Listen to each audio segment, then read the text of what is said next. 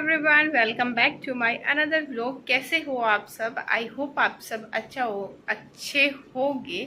जैसे कि आप सबको पता है कि अभी हम आए हैं घूमने के लिए। लास्ट व्लॉग में आपने देखा था कि हम मेहंदीपुर बालाजी गए थे और अभी हम रुके हुए हैं वृंदावन में।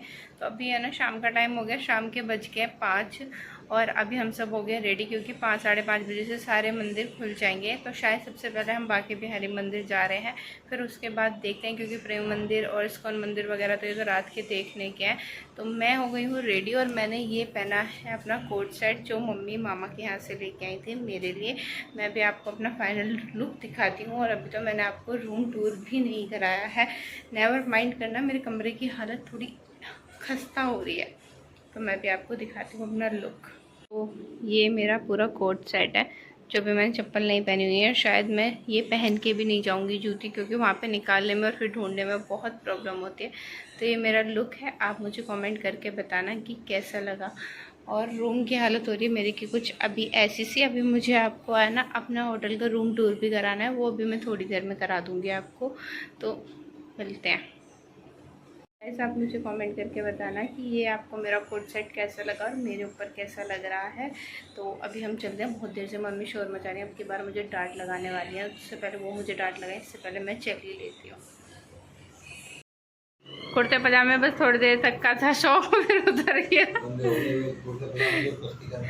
अरे मम्मी भाई देखो, नए सूट में देख लो, कह दिया था लास्ट व्लॉग में मैं पुराने सूट में नहीं आऊँगी, इसलिए कल स्पेशली नया सूट मंगाया गया है। किसे फ़ोन को? मैं तो पर्स में रख लूँगी, ले आओ। भैया ये रहा यहाँ पे।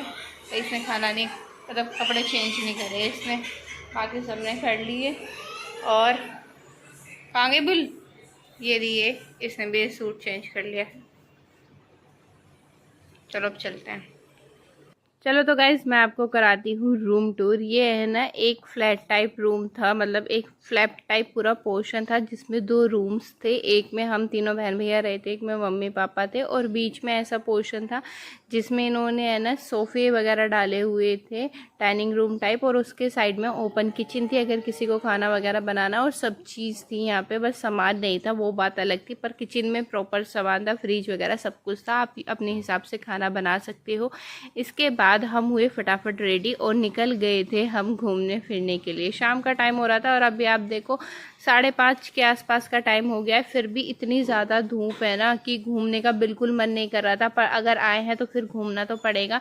धीरे धीरे हो के मौसम भी ठीक हो गया था, बट गर्मी इतनी ज़्यादा हो रही थी कि बस पूछो मत। और बांके बिहारी मंदिर में तो इतनी भीड़ थी, पर फिर भी बहुत प्यारे दर्शन हुए। और हमारे कान्हा जी भी इतने सुंदर और इतने प्यारे लग रहे थे ना कि उन्हें देखने से है ना निगाहें नहीं हट रही थी। आपको मैं जूम करके दिखा देती हूँ, देखो कितने प्यारे लग रहे हैं। बल्कि पास जाके इतनी आसानी से भगवान जी के दर्शन नहीं हुए थे, जितने दूर होने के बाद बहुत प्यारे दर्शन हुए। इसके बाद हम राधा वल्लभ मंदिर गए थे, वहाँ पे इतनी ज़्यादा भीड़ थी और उसमें एरिया भी इतना नहीं था। बांके बिहारी मंदिर बहुत बड़ा है, उसमें एरिया काफ़ी है, तो आप आसानी से देख सकते हो। पर राधा वल्लभ में भीड़ भी बहुत ज़्यादा थी और पोर्शन भी बहुत कम था। मुझे तो बहुत ज़्यादा वहाँ पे सफोकेशन होने लगी थी, तो मैंने वहाँ पे कोई व्लॉग शूट नहीं करा था। इसके बाद हम प्रेम मंदिर आ गए थे। ये सब मैंने आपको डीपली नहीं दिखाया था, क्योंकि लास्ट व्लॉग में मैंने आपको दिखा दिया था। पर फिर भी एक बार थोड़ा सा नज़ारा दिखाना तो बनता ही है। बस यहाँ पे लाइटिंग का गेम है रात को देखने के लिए, और मिनट मिनट पे जो लाइटिंग चेंज होती है ना, सच में वो बहुत बहुत ब्यूटीफुल थी। और आप खुद देख लो कितना ब्यूटीफुल नज़ारा है, देखने के लिए बहुत सुंदर नज़ारा था। और एक प्रेम मंदिर की ये भी खासियत है कि एक तो लाइटिंग, और ऊपर से है ना प्रेम मंदिर बहुत बड़ी जगह में बना हुआ है, तो इतनी ज़्यादा धक्कम धुक्की नहीं होती है। बहुत भीड़ होती है पर इतना ज़्यादा नहीं होता है। इसके बाद हमने और कुछ नहीं देखा, डिनर के लिए आ गए थे। डिनर के लिए हमने थाली ऑर्डर कर ली थी सबने। ये तो इसमें दाल थी, पनीर था, आलू थी, और ये घर का खाना जैसा था। इसका स्वाद भी बहुत ज़्यादा टेस्टी था। पूरे 2 दिन में अगर हमने बाहर का सबसे अच्छा कुछ खाया था तो ये खाया था। इसके बाद सबने आइसक्रीम खाई और मैंने खाया गोला। और मैंने गोला बहुत टाइम बाद खाया था, काला खट्टा बनवाया था मैंने, इतना टेस्टी लगा मुझे तो। इसे खा के है ना बिल्कुल मज़ा ही आ गया था। मैंने पापा को भी चेक कराया, पापा भी बोल रहे थे कि अच्छा बन रहा है। बस उज्ज्वल ने कुछ नहीं खाया था, बाकी मैंने तो गोला खाया था। मम्मी ने शिकंजी पी थी और पलक और पापा ने है ना आइसक्रीम की थी। यही हमारा डिनर था। अभी है ना हमने चेकआउट कर दिया है रूम से क्योंकि घर जा रहे हैं। अब हम धूप हो गई है, इतना घूमने का बनारस जाने का प्लान था पर धूप इतनी हो रही है, गर्मी इतनी हो रही है कि अब जाने की कैपेसिटी बिल्कुल नहीं है। 2 दिन के थके हुए हैं, नींद भी रात ठीक से मुझे तो आई नहीं, तो बस अभी चलते हैं। चल भाई। और